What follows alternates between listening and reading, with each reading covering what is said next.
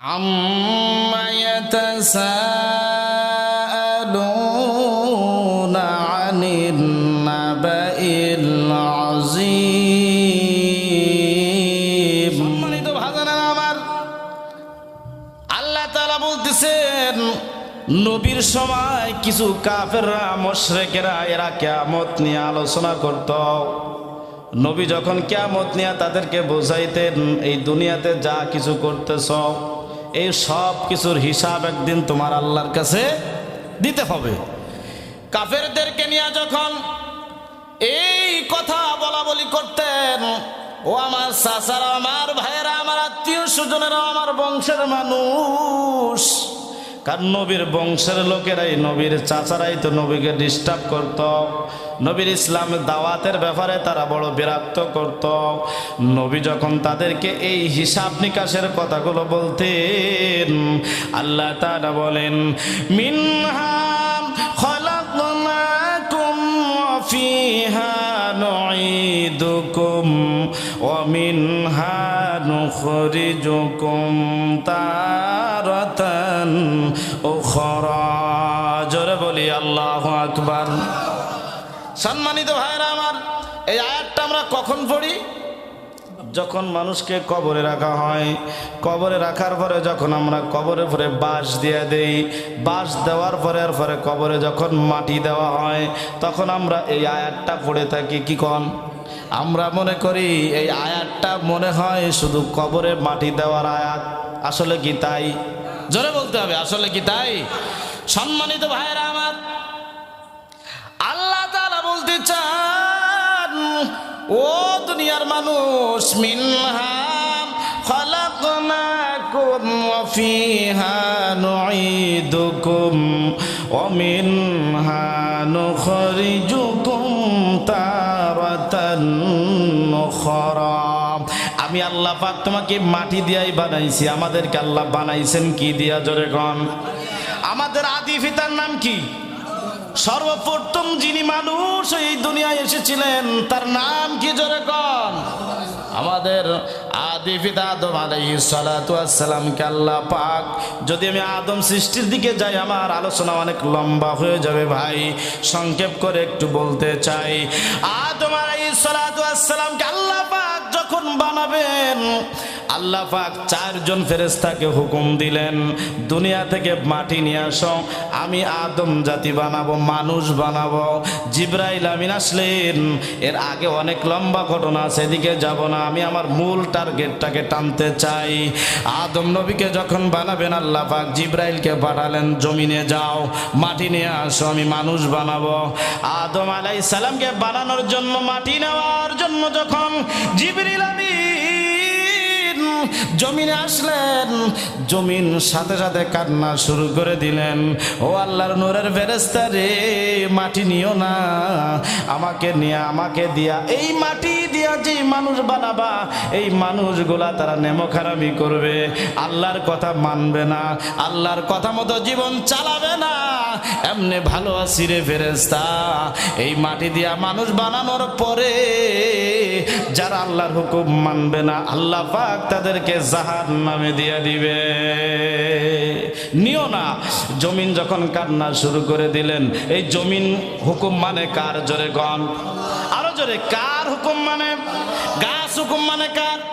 আমরা মানুষ বড্ড নেমখারাম, আল্লাহর হুকুম মানতে চাই না রে ভাই। কথা বলেন ঠিক আছে না ভুল?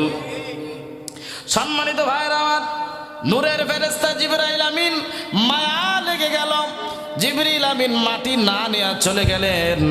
আল্লাহ পাক মিকাইল ফেরেশতাকে পাঠালেন, মিকাইল আসলেন, দেখে এখনো জমিন কান্না থামে নাই, জমিন কান্না করতেছেন। জমিনেরও কিন্তু জীবন আছে, আছে না নাই? জোরে গণ। যদি জীবন না থাকতো তাহলে ফিরাউন হযরত মূসা নবীর সাথে যেই ঘটনা করেছিল কারুন, আল্লাহ পাকের হুকুমে আল্লাহ পাক তাকে জমিনের ভিতরে গিলা নিয়ে ফেলেছিলেন। কার হুকুমে? আরো জোরে, কার হুকুম?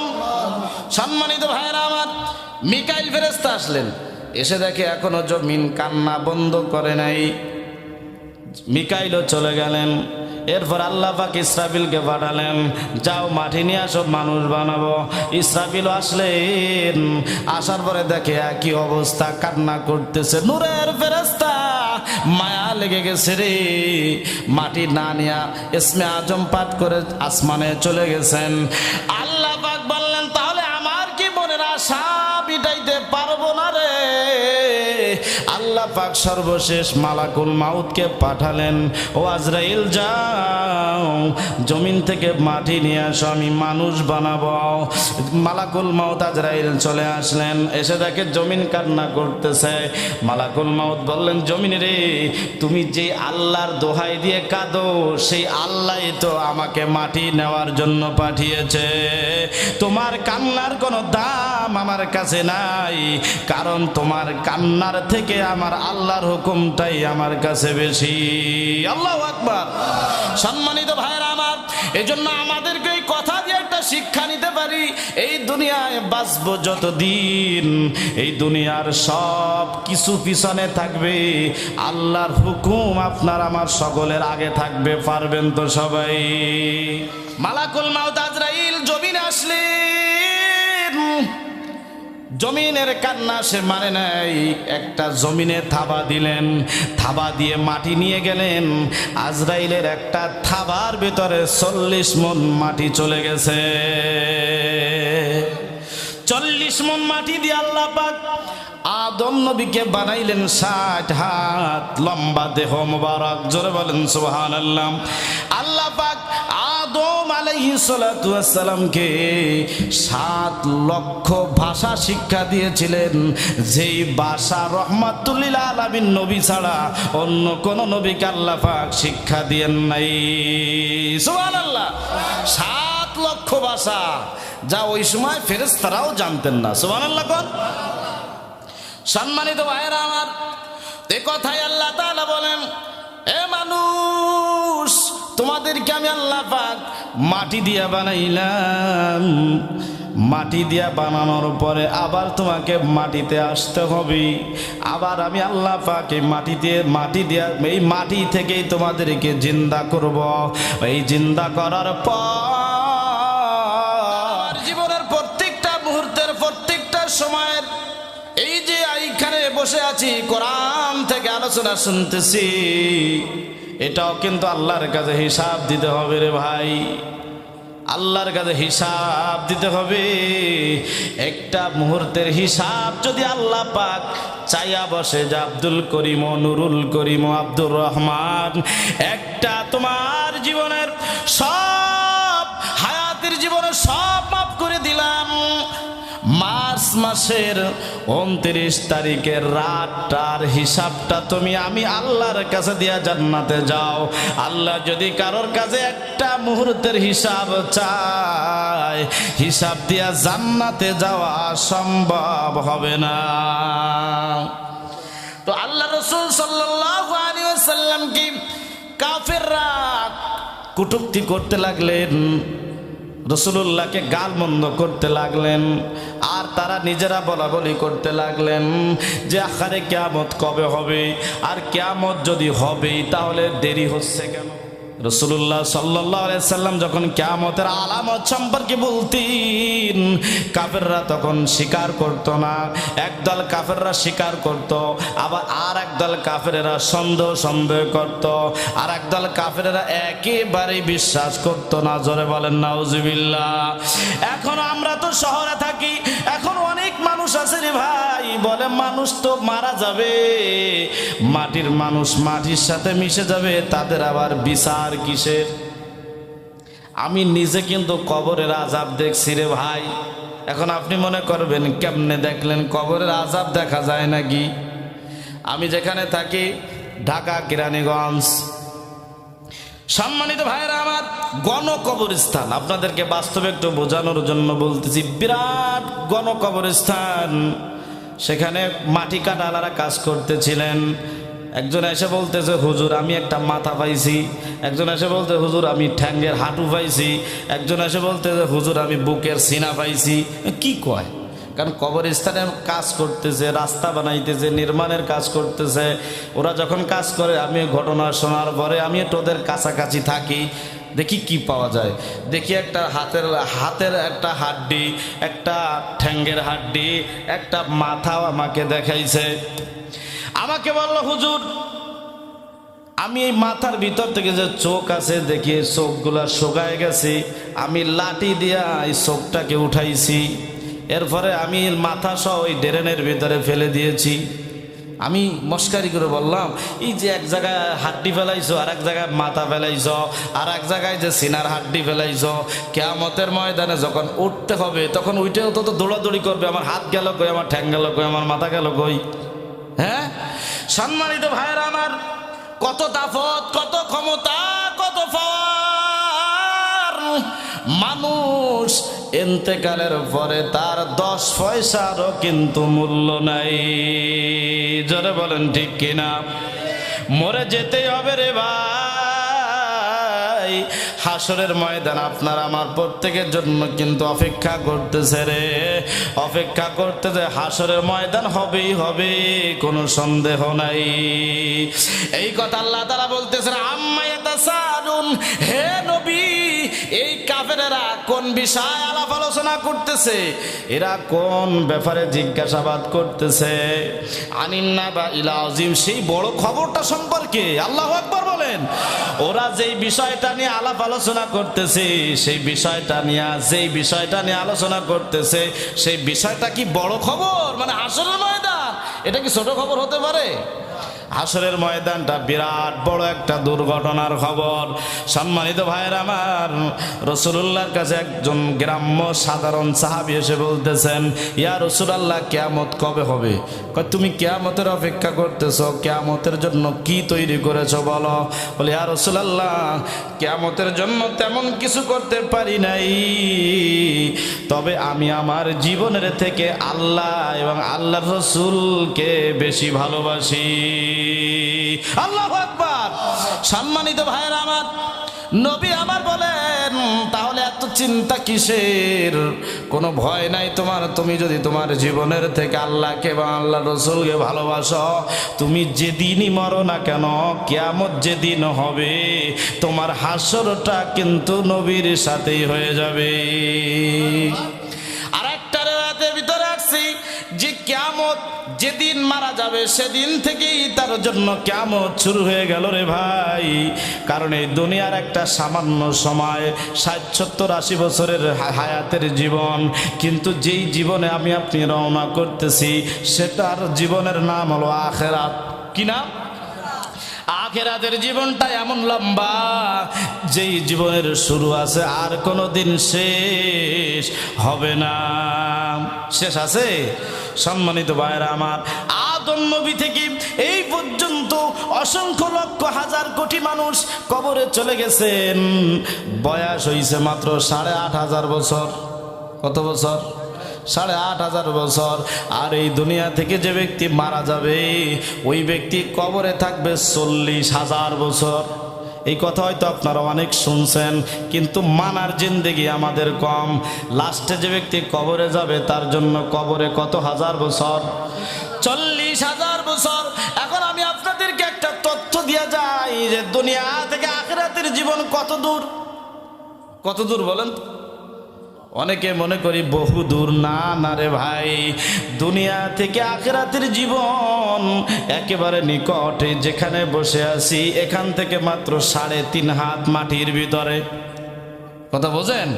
আপনার আমার কবরটা হবে, কবরের ভিতর হলো আখিরাত, কবরের ভিতর সাইডটা আখিরাত, কবরের উপর সাইডটা হইল দুনিয়া। কবরের উপর সাইডটা দুনিয়া, কথা ঠিক আছে নি? কবরের উপর সাইডটা দুনিয়া, কবরের ভিতর সাইডটা হলো আখিরাত। এই দুনিয়ার সময় শুরু আছে, শেষও হবে, কিন্তু 3 হাত মাটির নিচে যে জীবন শুরু হবে আর কোনো দিন শেষ হবে না। মাওলানা রুম বলেছেন, এই দুনিয়ার মানুষ শোনো, আখিরাতের জীবনটা লম্বা হবে কত আমি তোমাদেরকে জানাই। আল্লাহ পাক যদি এই পুরা পৃথিবী ভরপুর করে সরিষার দানা রেখে দেয়, আসমান সমান যদি উঁচু করে রাখা হয়, 7 আসমানের উপর থেকে যদি একটা পাখিকে অনুমতি দেওয়া হয়, একটা সরিষার দানা নিয়ে 7 আসমানের উপরে যাবে, 70,000 বছর বিরতি করবে, আবার একটা সরিষার দানা নিবে, আবার 7 আসমান উপরে যাবে, 70,000 বছর বিশ্রাম করবে। এইভাবে 70,000 বছরের বিরতিতে এই দুনিয়া থেকে একটা একটা সরষার দানা নিতে নিতে নিতে নিতে একদিন এই দুনিয়ার সব সরষার দানা নেওয়া শেষ হয়ে যাবে, কিন্তু আখিরাতের জীবন শুরু হবে আর কোনোদিন শেষ হবে না। এই জীবন আপনার আমার প্রত্যেকের জন্য কিন্তু সামনে অপেক্ষায় আছে রে ভাই, কখন হবে জানা নাই। এই যে কয়েকদিন আগে দেখেন রমজান মাসের ভিতরে মোংলার বাসিন্দারা সাতক্ষীরা থেকে বিবাহ শাদী করে নিয়ে নতুন বউ নিয়ে বাড়ির দিকে রওনা করে আসছে, আর মাত্র 12 মিনিট চালাইলেই হয় 10 থেকে 12 কিলোমিটার মোংলা থেকে দূরে। আপনারা দেখেন না এই ঘটনা? মাত্র 10 মিনিট যদি সময় পাইতো, যার যার বাড়ির গন্তব্যস্থানে পৌঁছায় যাইত, তাদের মনে কত শখ, মনে কত আনন্দ ছিল রে ভাই। কিন্তু মুহূর্তের ভিতরে পুরা 2টা পরিবারের প্রত্যেকটা মানুষকে আল্লাহ পাক দুনিয়া থেকে বিদায় করে দিলেন। এই জন্য মৃত্যুর কোন সময় কোন মানুষের কাছে জানা নাই, কোন মানুষ জানে না কে কত সময় বাঁচবে, কার কাছে কখন মালাকুল মাউত এসে যাবে। ও ভাই রে, আমার মুরব্বী বাবারা জীবনে বহু গুনাহ করেছেন, গুনাহ করতে করতে করতে জীবনটা শেষ করে ফেলেছেন, এখন আর কতদিন বাঁচবেন কারোর জানা নাই। আজকের এই তাফসীর কোরআন মাহফিল থেকে শিক্ষা নিতে হবে যে আমরা আজকে তওবা করব, যতদিন বেঁচে থাকবো আর কোনোদিন আমরা পিছনে যে গুনাহগুলো করেছি আর সামনে করব না। রাজি আছেন কারা কারা? একটু হাত জাগায় আল্লাহ দেখাই। আল্লাহ কবুল করেন, জোরে কোন আমিন। সম্মানিত ভাইরা আমার, আল্লাহ তাআলা বলতেছেন আল্লাযী হুম ফীহি মুখতালিফুন। আল্লাহ তাআলা বলে, হে রাসূল, এই কাফেরেরা বিভিন্ন নানান ধরনের যে মতভেদ করতেছে, মত বিনিময় করতেছে, এরা যে বিভিন্ন কথাবার্তা ছড়াইতেছে, কেউ বলতেছে আপনি পাগল, কেউ বলতেছে আপনি গণক। আসলে কি নবী পাগল ছিল নাকি? নবী গণক ছিল নাকি? সম্মানিত ভাইয়েরা আমার, আবু জাহেল মক্কার কিনারায় ঘুরে ঘুরে একদিন ঘোষণা দিতেছে, হায় রে তোমরা কেউ মক্কার কাছে যাইও না, কাবা চত্বরে যাইও না। বলে কেন? বলে আব্দুল্লাহর বেটা মোহাম্মদ পাগল হইছে, ওখানে যাইও না। জরকার নাউজুবিল্লাহ। মানুষের কাছে কাছে দাঁড়ে দাঁড়ে ঘুরে ঘুরে এই কথা বলতে লাগলেন। মানুষে চিন্তা করলেন, হায় রে আবার কেমন পাগল রে, যে পাগলের কথা আবু জাহেল ঘুরে ঘুরে মানুষের কাছে পৌঁছায় দেয়, তাহলে আমরা একটু যাইয়া দেখি এটা কেমন পাগল। মানুষ যখন কাবা শরীফের কাছে গেলেন, যে দেখে কেমন পাগল রে, পাগলের চেহারা তো এত সুন্দর হতে পারে না। সাধারণ মানুষগুলো দেখে, হায় রে এত সুন্দর চেহারা, যে চাঁদের গায়ে খুদ আছে কিন্তু মুহাম্মাদের শরীরের ভিতরে কোনো খুদ নাই। সুবহানাল্লাহ। সম্মানিত ভাইরা আমার, এই নবীকেই কাফেররা পাগল বলতে লাগলেন। এখনো দেখবেন সমাজে অনেক মানুষ আছে রে ভাই, মুসলমানের ঘরে জন্ম হয়েছে কিন্তু ইসলামের অনেক কিছুকে তারা মানতে চায় না, আসেনি? এদিকে খেয়াল রাখবেন। তাহলে আমরা ইসলাম মেনে চলতে চাই, কি কন? আমরা ইসলামকে যদি কোনোটা মানতে নাও পারি, কিন্তু সেটাকে নিয়ে আমরা ছোট করার চেষ্টা করব না। সম্মানিত ভাইরা আমার, আল্লাহ তাআলা এর পরে বলতেছেন কাল্লা সায়ালামুন। ওরা কি দেখতে চায় কিয়ামত কবে হবে? ওরা কি দেখতে চায়? আর যখন দেখবে, সুম্মা কাল্লা সায়ালামুন, যখন দেখবে তখন কিন্তু আর বাপ বলানোর সময় পাবে না। জোরে বলেন ঠিক কিনা? ওই যে দেখেন নাই, এক গ্রুপ কিন্তু দেশ ছেড়ে পালাইছে রে ভাই। নাই, বাপ বলানোর সময় কিন্তু পায় নাই। কথা কন। বিএমপি আর জামাত একসাথে আন্দোলন করলো, খেদাইতে পারছে? আমিও কিন্তু সেই আন্দোলনে ছিলাম রে ভাই। শাপলা চত্বরে জোহরের নামাজও পড়ছিলাম, রাস্তায় বালির উপরে। বিএমপি আর জামাত মিলে কিন্তু আমরা তাড়াইতে পারি নাই, বড় বড় ক্ষমতাদাররা মিলেও তাড়াইতে পারে নাই। আমরা চাইছিলাম পদত্যাগ করো, তুমি দেশে থাকো। আল্লাহ কইছিল না না না, তোমরা যা চাইতেছো তা হবে না, তা হবে না। আমি এমন কাজ করব, দেশ ছাড়া করে দেব, মরার পরেও দেশে ঢুকতে পারবে না। আল্লাহ বলছে না, টেনশন করিও না। আব্রাহা বাদশারে মারছে আল্লাহ কি দিয়ে? কন্ত কথা কয় না, কি দিয়া?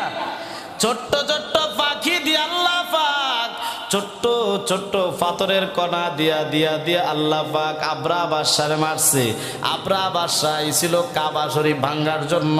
আব্দুল মুত্তালিব রে বলল, আব্দুল মুত্তালিব রে, আমার কাবার ভিতরে তোমাদের লোকে পায়খানা করছে, তোমাদের লোকে ছাড়া আর কেউ করে নাই। লম্বা ঘটনা, আমি ওদিকে যাচ্ছি না। ও তোমার কাবা শরীফ আমি ভেঙে ফেলবো, তোমার কাবা রাখবো না। কয় তাই? তাহলে আমার একটু সময় দাও, আমার ভেড়া বকরি যা আছে আমি এগুলো নিয়ে একটু দূরে সরে যাই, তোমার যা করার তুমি করো। আব্দুল মুত্তালিব নবী দুনিয়ায় আসার মাত্র 50 দিন আগের ঘটনা। আব্দুল মুত্তালিব বলেন আমার একটু সময় দাও, আমার ভেড়া বকরি নিয়ে আমি একটু দূরে সরে যাই। আব্রাহা বলে তুমি তো আমার সাথে প্রতিবাদ করতে পারতে, বাধা দিতে পারতে, কিন্তু দিলা না কেন? তুমি কেন কাবা ছেড়ে চলে যেতে চাও বলো? আব্দুল মুত্তালিব বলে আব্রাহা রে, তোমার কি ইতিহাস মনে নাই? তুমি কি ইতিহাস ভুলে গেছো নাকি? এই কাবার মালিক তো আমি না। কাবার মালিক কে? আরো জোরে, কাবার মালিক কে? আব্দুল মুত্তালিব বলে আমি তো কাবার মালিক না রে, আমি তো কাবার মালিক না, আমি হলো ভেড়া বকরির মালিক। যে মালিক সে ব্যবস্থা করবে, আমাকে একটু যাওয়ার সুযোগ করে দাও। আব্দুল মুত্তালিব যখন ভেড়া বকরি নিয়ে দূরে সরে গেলেন, আব্রাহা যখন কাবা শরীফের উপর আক্রমণ শুরু করে দিলেন, আল্লাহ পাক ছোট্ট ছোট্ট পাখি দিয়া কাবা শরীফকে আল্লাহ হেফাজত করেছিলেন। জোরে বলেন আল্লাহু আকবার। আল্লাহ করে নাই? সম্মানিত ভাইরা আমার, নমরুদরে আল্লাহ ধ্বংস করছিল কি দিয়া? কথা কয় না রে, মশা দিয়া। নমরুদরে মারার জন্য আল্লাহ কামান ব্যবহার করে নাই, বড় কোনো অস্ত্র ব্যবহার করে নাই। আল্লাহ পাক যখন নমরুদরে মারার জন্য মশা বাহিনী পাঠালেন, সব মশার ঢুকে গেলেন, নমরুদের বাহিনীদেরকে আক্রমণ করলেন। একটা ন্যাংরা মশা ঠ্যাং ভাঙ্গা, হে কি করবে? নিরিবিলি যে এক জায়গায় চুপচাপ বসে রয়েছে। আল্লাহ আমি কি করবো, আমার গায়ে তো বল নাই। ফেরেশতা কয় চুপ কর, ও নিরিবিলি বসে থাক, তোর একটা দায়িত্ব আছে, তুই ধরবি বড়টারে। সুবহানাল্লাহ কন। সম্মানিত ভাইয়েরা আমার, ঠ্যাং ভাঙ্গা মশাটা নিরিবিলি বসে থাকলেন। যখন ওই দিক দিয়ে নমরুদ যাইতে লাগলেন, জিবরাইল ফেরেশতা কয় এইবার তোর সুযোগ, ধর বড়টারে। সুবহানাল্লাহ কন। একবারে পজিশন নিয়া নমরুদের নাক দিয়ে ঢুকে মগজে যে বসলেন। জিবরাইল আমিন সিগন্যাল দেয়, এখন না, তোরে যখন অনুমতি দেব তখন মাত্র একটা কামড় দিবি, হ্যাঁ, আবার চুপ করে বসে থাকবি, আবার যখন সিগন্যাল দিব তখন আরেকটা কামড় দিবি। আল্লাহ পাক এই নমরুদরে একটা ঠ্যাং ভাঙ্গা মশা দিয়া সাইজ করেছেন। আর বাংলাদেশে এক নব্য ফিরাউন ছিল রে ভাই। আল্লাহ পাক বলছে তোমরা বড় বড় ক্ষমতা যারা আছো, বিরোধী দল যারা আছো, জামাত বিএনপি তোমরা যারা আছো, বেশি চিন্তা করিও না, এই শয়তান বড়টারে এমন ভাবে সাইজ করব রে, ছোট ছোট ফোলাপান এমন ভাবে লেগে যাবে, আব্বা বলানোর টাইম পাবে না, রাস্তা দিয়া যাইতে পারবে না, আকাশ পথে পালানো লাগবে। কথা কন, বেজার হইতেছেন? আমি তো নাম কই নাই, কারোর কইছি নি ভাই? নাম কইছি? সম্মানিত ভাইরা আমার, তো তো আল্লাহ তাআলা বলতে, তোমরা কি সেই বড় খবরের বিষয় জানতে চাও?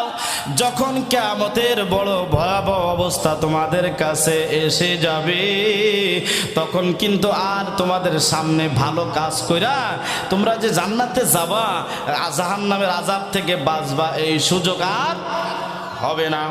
সম্মানিত ভাইরা আমার, এরপর আল্লাহ তাআলা বলতেছেন, হে পৃথিবীর মানুষ শোনো, তোমাদেরকে আমি আল্লাহ পাক বানাইলাম কেন? ওয়ালাকাদ কাররামনা বানি আদম, এই পৃথিবীর ভিতরে আমি সব থেকে আদম জাতিকে সব থেকে দামি মর্যাদা বানাইছি। সুবহানাল্লাহ, সব থেকে দামি মর্যাদা হিসাবে আমি আল্লাহ পাক বানাইছি। কেন জানো? আমি আল্লাহ পাক বলি, ওয়ামাম খালাকতুল জিন্না ওয়াল ইনসা ইল্লা লিয়াবুদুন।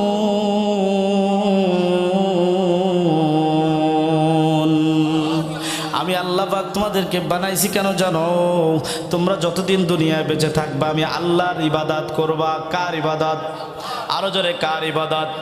আল্লাহ তাআলা কালামের ভিতরে বলেন, ইন্নাল্লাযীনা ক্বালু রাব্বুনাল্লাহু সুম্মা ইসতাকামু তাতানাজ্জালু আলাইহিমুল মালাইকাতু আল্লা তাখাফু ওয়া লা তাহজানু ولا تحزنوا وأبشروا بالجنة التي كنتم توعدون।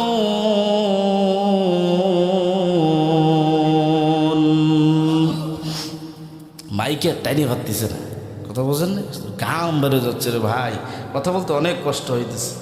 সম্মানিত ভাইরা আমার, আল্লাহ তাআলা বলেন, এ বান্দা, তোমার জীবনের শুরু লগ্ন থেকে শুরু করি যতদিন হায়াত পাবা শেষ সময় পর্যন্ত যদি তোমার সংসার চালাও আমি আল্লাহর কথা মতন, তোমার জীবন চালাও যদি আমি আল্লাহর কথা মতন, তোমার সমাজ চালাও যদি আল্লাহর কথা মতন, তোমার জীবনের প্রত্যেকটা ঘাটে ঘাটে প্রত্যেকটা মুহূর্তে মুহূর্তে যদি আল্লাহর কথা মতো চলো, আল্লাহ পাকের পক্ষ থেকে রহমতের ফেরেশতা তোমাকে জান্নাতের ঘোষণা পৌঁছায় দিবে। আল্লাহ তাআলা সূরা বাকারার সূরা মুলকের ভিতর আল্লাহ তাআলা বলেন, আল্লাযী খালাকাল মাউতা ওয়াল হায়াতা লিয়াবলুয়াকুম আইয়ুকুম আহসানু আমালা। বান্দা, তোমাকে আমি জীবন দিলাম, এরপরে তোমার মরণ হবে। জীবন এবং মরণের মাঝখানে আমি আল্লাহ একটা হায়াত দিলাম। তোমাকে কেন দিয়েছি জানো? আমি আল্লাহ পাক দেখতে চাই আমার কোন কোন বান্দা হায়াত এবং মওয়াতের মাঝখানে, জীবন এবং মওতের মাঝখানে আমার হায়াত লিয়াবলুয়াকুম আইয়ুকুম আহসানু আমালা। আমি আল্লাহ দেখতে চাই আমার কোন কোন বান্দা হায়াতের ভিতরে ভালো ভালো কাজ করে। সুবহানাল্লাহ গণ। ভালো কাজ না বেশি কাজ? ভালো কাজ না বেশি কাজ? জোরে গণ। আল্লাহর কাছে বেশি কাজ ভালো লাগে না, ভালো কাজ ভালো লাগে। আপনি বলবেন কেন হুজুর ভালো কাজ ভালো লাগবে না কেন?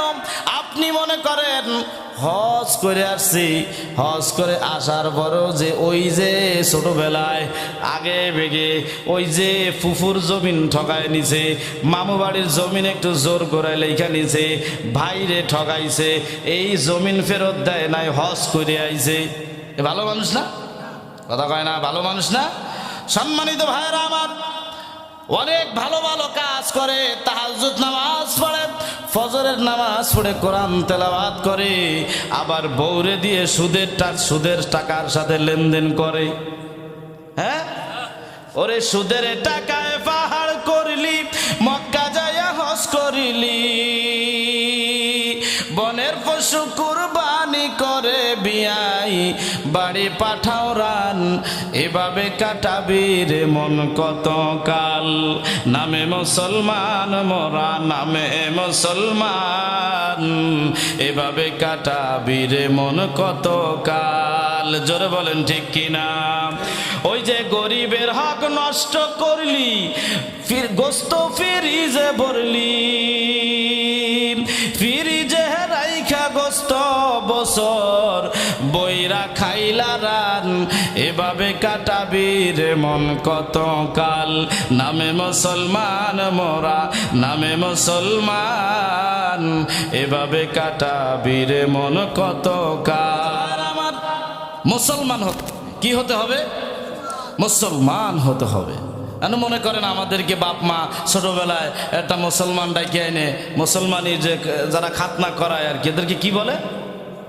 হ্যাঁ, যাই কই একেবারে যারা মুসলমানি করায় এদেরকে ডাকে এনে আমাদের খাতনা করাই দিছে, আমরা মনে করছি মুসলমান হয়ে গেছি। না, ভারতবর্ষে একজন আল্লাহর ওলি, আল্লাহর ওলি দৈনিক এক দোকানে নাস্তা করতেন। তো যখন বিল দিতে যাইতেন দোকানওয়ালা বলতেন, হযরত আমি অনেক গুনাহগার মানুষ, আপনি আমার জন্য শুধু দোয়া করেন, টাকা দিতে হবে না। অনেক সময় দেখবেন আলেমদেরকে মানুষ মহব্বত করে একটু খাওয়ায় না। আল্লাহর ওলি দোয়া করতেন, আল্লাহ তুঝে ইনসান বানা দে, আল্লাহ জানো তোরে মানুষ বানায় দেয়। আজকের যত আলোচনা সব আমার আয়াতের উপর দিয়ে আমি আনতেছি ভাই। আল্লাহ যেন তোকে মানুষ বানায় দেয়।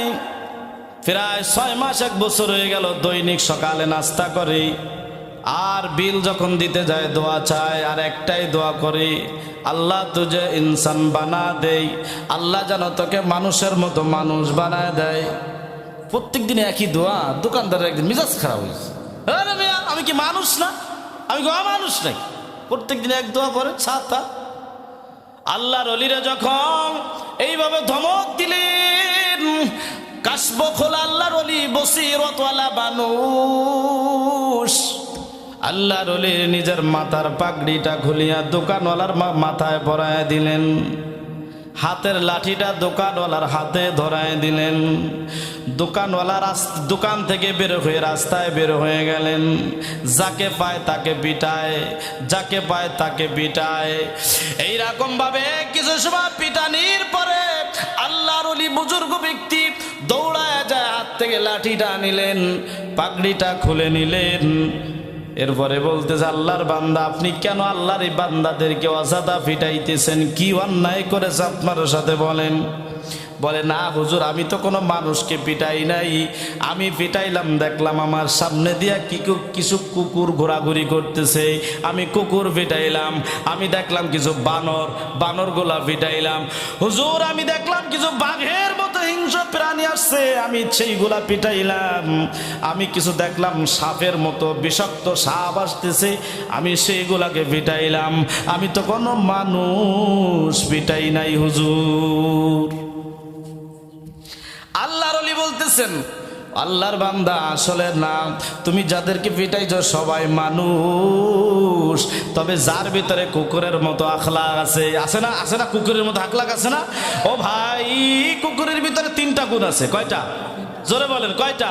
এই 3টা গুণ যদি কোনো মানুষের ভিতরে থাকে, ওই মানুষটা দুনিয়া থেকে জান্নাতি মানুষ হয়ে দুনিয়া থেকে মরবে। আল্লাহু আকবার কোন। সময় থাকলে বলবো, না থাকলে নাই। সম্মানিত ভাইয়েরা আমার, ওই ব্যক্তি বলতেছে, হুজুর আমি কোনো মানুষ পিটাই নাই, আমি দেখলাম কিছু কুকুর আমার সামনে আসতেছে, আমার সামনে ঘেউ ঘেউ করে, কুকুরগুলো পিটাইলাম। হুজুর আমি দেখলাম আমার সামনে কিছু বানর ঘোরাফেরা করতেছে, বানর পিটাইলাম। হুজুর আমি দেখলাম কিছু বাঘ হিংস্র প্রাণী, আমি এইগুলারে পিটাইলাম। হুজুর আমি দেখলাম কিছু সাপ, বিষাক্ত সাপ আমার দিকে আসতেছে, আমি পিটাইলাম। হুজুর বলতেছে, না না সব তোমার কথা ঠিক আছে রে আল্লাহর বান্দা, শোনো, যার ভিতরে কুকুরের মতো আখলাক আছে, কুকুরের মতো স্বভাব চরিত্র যার ভিতরে আছে, ওই মানুষটারে তুমি কুকুরের হালতে দেখেছ। ও আল্লাহর বান্দা, যার ভিতরে মানুষকে হামলা দেয়, আসেনি ভাই? হামলা দিয়া বাড়ি ঘর তাড়া করে দেয়, এলাকা থেকে বের করে দেয়, যেখানে পায় সেখানে হামলা করে মাথায় আঘাত করে, আসেনি? সম্মানিত ভাইয়েরা আমার, ওই আল্লাহর ওলি বলতেছে, বাঘের মতো আখলাক যার ভিতরে আছে তুমি তাকে বাঘের জোড়াতে দেখেছ। যে ব্যক্তি বানরের মতো খালি লাফায়, আসেনি? গায়ে বল নাই, খালি বানরের মতো লাফায়, এই মানুষগুলোকে তুমি বানরের মতো দেখেছ।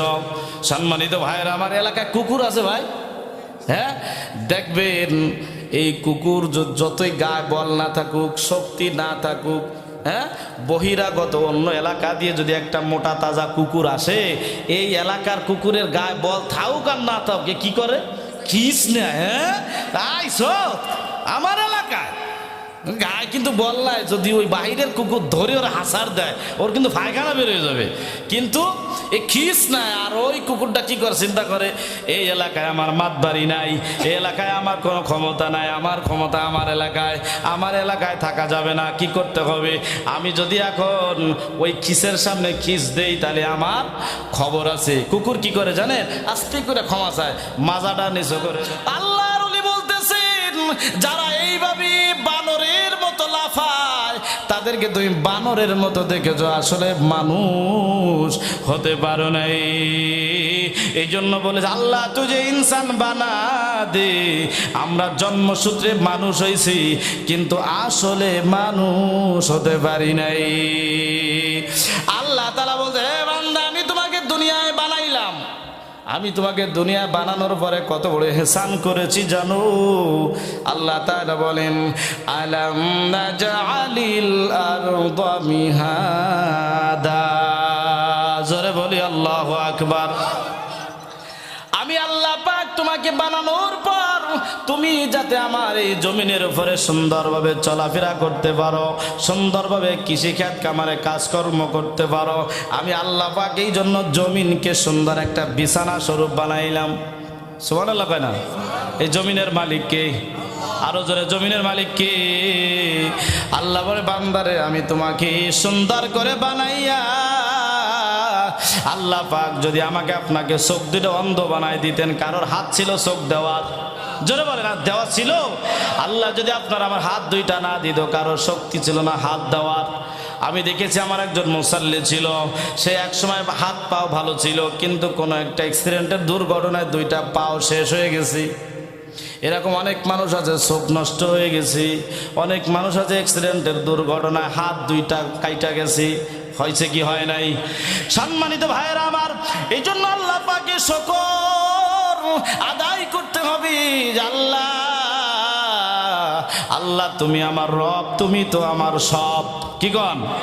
আল্লাহ আমার রব, এই রবি আমার সব, দমে দমে তনু মনে তারি অনুভব। আল্লাহ আমার রব, এই রবি আমার সব, তোমার দুনিয়াতে আমি যেদিকে তাকাই অতি নিয়ামতে ডুবে আসি সবাই। জোরে বলেন ঠিক কিনা? তোমার দুনিয়াতে আমি যেদিকে তাকাই অতি নিয়ামতে ডুবে আসি সবাই। ফাঁক ফাঁকালির গানে শুনি তসবি কল রব, তসবি কল রব, আল্লাহ আমার রব, এই রবি আমার সব। জোরে বলি আল্লাহু আকবার। মাইক তো ভালো না, এই জন্য আমি টানতে পারতেছি না, আপনাদের অসুবিধা হইতেছে ভাই। সম্মানিত ভাইরা আমার, এরপর আল্লাহ তাআলা বলতেছেন, আমি যে সুন্দর বিছানা বানা দিলাম জমিনকে, জমিনকে বিছানা বানানোর পর এই জমিনকে স্থির রাখার জন্য আমি আল্লাহ কি করেছি জানো? ওয়াল জিবালা আওতাদা, যাতে বিভিন্ন সময় ভূমিকম্প না হয়। মাঝে রমজান মাসে একটা ভূমিকম্প হয়েছিল, পাইছিলেন? হায় হায় রে ভূমিকম্প! এ কোনো রাষ্ট্রের ক্ষমতা আছে এই ভূমিকম্প ঠেকাবে? কোনো সরকারের? একজনে কইছিল না, আহা আমরা আমাদের ক্ষমতা করোনার থেকেও বেশি। কোন সুবহানাল্লাহ? সুবহানাল্লাহ কয় না? হ্যাঁ, যে করোনার থেকে আমাদের ক্ষমতা বেশি, হ্যাঁ শক্তিশালী। সম্মানিত ভাইয়েরা আমার, কই সেই কাদের কাকা আসেনি? খুঁজে পাওয়া যায়? সম্মানিত ভাইয়েরা আমার, তো আল্লাহ তাআলা বলতেছেন, জমিন বানানোর পর আমি আল্লাহ পাক বানাইলাম পাহাড়। আমি আল্লাহ পাক বিভিন্ন জায়গায় জায়গায় পাহাড় দিয়া ফেরাক বানায় জমিনকে আটকা দিলাম, যাতে করে এই জমিনটা কিন্তু পানির উপরে ভাসমান। সুবহানাল্লাহ কয় না? কিসের উপরে? পানির উপরে ভাসমান। আল্লাহ যেমন 7টা আসমান বানাইছেন, 7 7টা জমিনও আছে, সুবহানাল্লাহ কয় না? আমরা যে প্রথম কাতারের জমিনে নিচে আরো 6টা জমিন আছে। এইদিকে এখন তোর বলার সময় নাই, সময় তো আমার এখন আর নাই। আমার সম্মানিত ভাইরাম, আল্লাহ পাক বলেন আমি জমিনকে আটকায় রাখার জন্য পাহাড় বানায় দিলাম। এখন পাহাড় যদি আমি সব গ্রামে গ্রামে দিতাম, যদি গ্রামে গ্রামে 1টা 2টা 5টা করে পাহাড় যদি গেড়ে দিতেন, তাহলে আমরা সঠিকভাবে চলতে পারতাম না। কি কন? এই জন্য আল্লাহ পাক কিছু সীমানা নির্ধারণ করে রাখছেন। এই সীমানায় আল্লাহ পাক ওয়াল জিবাল আওতাদা, আল্লাহ পাক পাহাড় দিয়া জমিনকে এমন ভাবে মজবুত করে রাখছেন যাতে ভূমিকম্পন হলে আমার বান্দাদেরকে জমিন যেন কষ্ট দিতে না পারে। আল্লাহ পাক এত দয়া মায়া আপনার আমার জন্য করছেন। আল্লাহ কি আপনার আমার কাছে টাকা চায়, পয়সা চায়, বাড়ি গাড়ি চায়? কি চায়? এই যে আল্লাহ বলে বান্দারে, তোমার সন্তান যখন তোমাকে আব্বু বলে ডাক দেয়, ভালো লাগে না খারাপ লাগে? প্রথম সন্তান যখন আব্বাকে আব্বা বলে ডাকে, সন্তানের আব্বু ডাকটা বাবার কাছে ভালো লাগে না খারাপ লাগে? সন্তান যতই চালাকি করে, যতই বাইরোফানা করে, যতই বিরক্ত করে, যখন সন্তান আব্বু বলে ডাক দেয়, বাবার কলিজাটা ঠান্ডা হয়ে যায়, ঠিক না? আমার আল্লাহ বলে বান্দারে, আমি আল্লাহ তোকে এত আদর করে বানাইলাম, আমি আল্লাহ কথা বলার জন্য যোগ্যতা দিলাম। আল্লাহ সূরা রহমানের ভিতরে বলেছেন আমি তোমাকে কথা বলার যোগ্যতা দিলাম। তুমি আব্বু বলে আব্বুকে ডাকলা, আম্মাকে আম্মু বলে ডাকলা, কত আদর করে ডাকলা রে বান্দা। তুমি একটা বার যদি আমাকে আল্লাহ বলে ডাক দাও, আল্লাহ তাআলা বলেন কুল ইয়া ইবাদিয়াল্লাযীনা আসরাফু আলা আনফুসিহিম লা তাকনাতু মির রাহমাতিল্লাহ ইন্নাল্লাহা ইয়াগফিরুয যুনুবা জামিআ। জোরে বলি আল্লাহু আকবার। আল্লাহ তাআলা বলে বান্দা সারা জীবন গুনাহ করেছো, আয় আমার কাছে ফিরে আয় রে বান্দা। যত গুনাহ করেছো সব গুনাহ আমি আল্লাহ মাফ করে দিব। আমি আল্লাহকে একটা আল্লাহ বলে ডাক দিবি রে বান্দা। আমি আল্লাহকে আল্লাহ বলে যদি ডাক দাও, আমি আল্লাহ তোর জীবনের সব গুনাহগুলো মাফ করে দেব। শুধু তাই নয়, তোমার জীবনের সব গুনাহগুলো আমি আল্লাহ নেকি দিয়া ভরপুর করে দিব। সম্মানিত ভাইরা আমার, এরপর আল্লাহ তাআলা বলেন আমি জমিনকে যখন পাহাড় দিয়া আঁকড়ায় রাখলাম, যখন মজবুত করে রাখলাম, আল্লাহ তাআলা এরপরে আয়াতে বলতেছেন ওয়াজআলনা নাওমাকুম সুবাতা, এই জমিনে যাতে তোমরা শান্তিতে ঘুমাইতে পারো সেই ব্যবস্থা করছেন কে? ঘুমেন ওয়াজআলনা নাওমাকুম সুবাতা, তোমাদের ঘুমকে করেছি শান্তির বাহন। যাদের ঘুম নাই, অনেকে দেখবেন ঘুমের জন্য ট্যাবলেট খায়, হ্যাঁ, এরপরও ঘুম নাই। ঘুম যে আল্লাহর একটা নিয়ামত। আমরা যখন ঘুমাই কোনো টেনশন নাই, আল্লাহুম্মা বিসমিকা আমুতু আহইয়া, শুয়ে পড়ি তো ঘুম হয়ে যায়, আলহামদুলিল্লাহ। আর অনেকে সারা রাত শুয়া শুয়া মোবাইল চাপে 12টা 1টা পর্যন্ত, আসেনি? মোবাইলের মেলা, এখন আর চিঠি লেখা লাগে না। ফোলা সারা রাত জাগিয়া মোবাইলে কথা বলিয়া, ফজরে ঘুম তো ফলার ভাঙলো না। হায় হায়, কথা কয় না? ফজরে ফোলার ঘুম ভাঙে না, ফজরের নামাজ ফোলা মসজিদে যায় না, আর বাবাও ডাকে না। চিন্তা করে বাবা সারা রাত মনে হয় বই পড়ছে, হ্যাঁ, সারা রাত পড়াশোনা করছে। না বাবা ঘুমাও, তোমার ফজরের নামাজ পড়া লাগবে না, তোমার দামি পড়ে দিবানি। হ্যাঁ, সম্মানিত ভাইয়েরা আমার, যেই বাবা সন্তানকে ঘুম থেকে জাগান নাই ফজরের নামাজের জন্য, মনে করবেন ওই সন্তান বুঝি আপনারে থুইয়া জাহান্নামে যাবে। হ্যাঁ, কবে কি আল্লাহ আমি ঘুমাইছিলাম, আব্বা ওইটা নামাজ পড়তে গেছিল, আমারে ডাকে নাই, আর আমি নামাজ না পড়ার কারণে জাহান্নামে, আমি বাপরে ছাড়া যাব না, আমার বাপ কই তাকে নিয়ে জাহান্নামে যাব। নাউজুবিল্লাহ কোন। সম্মানিত ভাইয়েরা আমার, তো আল্লাহ তাআলা আমাদের ঘুমকে আল্লাহ শান্তির বাহন করে দিয়েছেন। ওয়াজআলনাল লাইলা লিবাসা, একটু আগে যে বলেছি রাতের ঘুম কোনোদিন দিনের বেলায় বসবে না, এই জন্য আল্লাহ তাআলা রাতকে করেছি আবরণ। এই রাতের বেলায় ঘুমাইলো আরাম। হাদিসের ভিতরে আসছে রাতের বেলায় যখন ঘুমাবেন তখন আপনার আলো নিভায় ঘুমাইতে হবে। সুবহানাল্লাহ কোন। কারণ আলো নিভায় যখন ঘুমাবেন তখন ব্রেনটা একেবারে শান্তি পায়, ব্রেনটা শান্তি পায়। আর মানুষ দেখবেন সারা দিন যখন কাজকর্ম করে মানুষ ক্লান্ত হয়ে যায়, ঠিক না? ব্যবসা করে, কাজকর্ম করে, খেতে কামারে যাই কিছু করে না কেন, মানুষ যদি না ঘুমাইতে পারে তখন মানুষ অসুস্থ হয়ে যাবে, ক্লান্ত হয়ে যাবে। কিন্তু সারাদিন কাজ করার পরে মানুষ যখন রাতের বেলা একটু আরামে রাতের বেলায় ঘুমায় যায়, সকালবেলায় যখন ঘুম থেকে ওঠে মনে হয় পূর্বের শান্তি আল্লাহ তাকে দিয়া দিয়েছেন।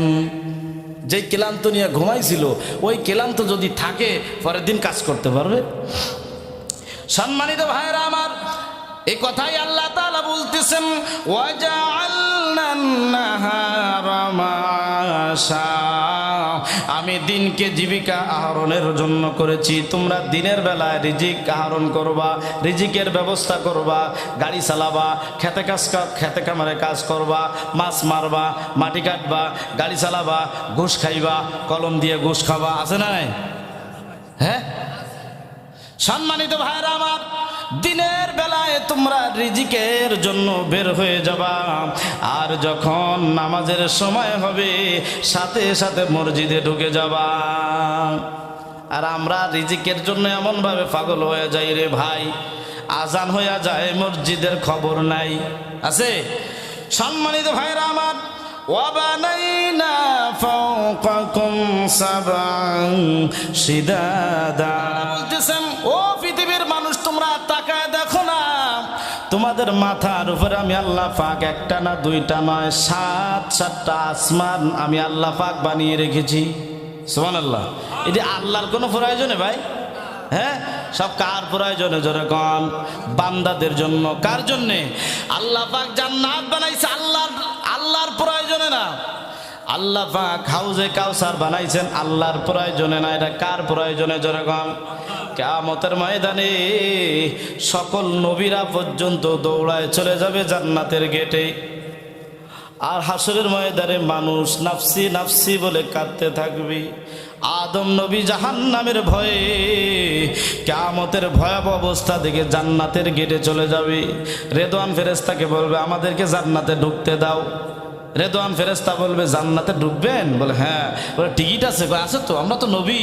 আল্লাহ পাকের পক্ষ থেকে তারা পরিচয় দিবে আমরা নবী।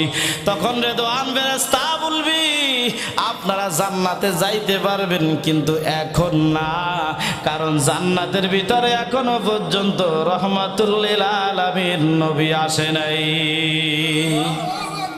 রহমাতুল লিল আলামিন নবী যত সময় পর্যন্ত জান্নাতে যাবে না তত সময় পর্যন্ত কোন নবী জান্নাতে যেতে পারবে না। আপনাদেরকে একটা ঘটনা শোনাচ্ছি রে ভাই, বলবো? মুসা নবীর একজন উম্মত হায়াত পাইছিলেন 200 বছর। কত বছর? 200 বছর হায়াত পাইলেন। মুসা নবীর উম্মত ভালো কাজ করতেন না, 3 ওয়াক্ত নামাজ তাই ঠিক মতো পড়তো না। মুসা নবীর উম্মত ভালো কোনো কাজে যাইতেন না।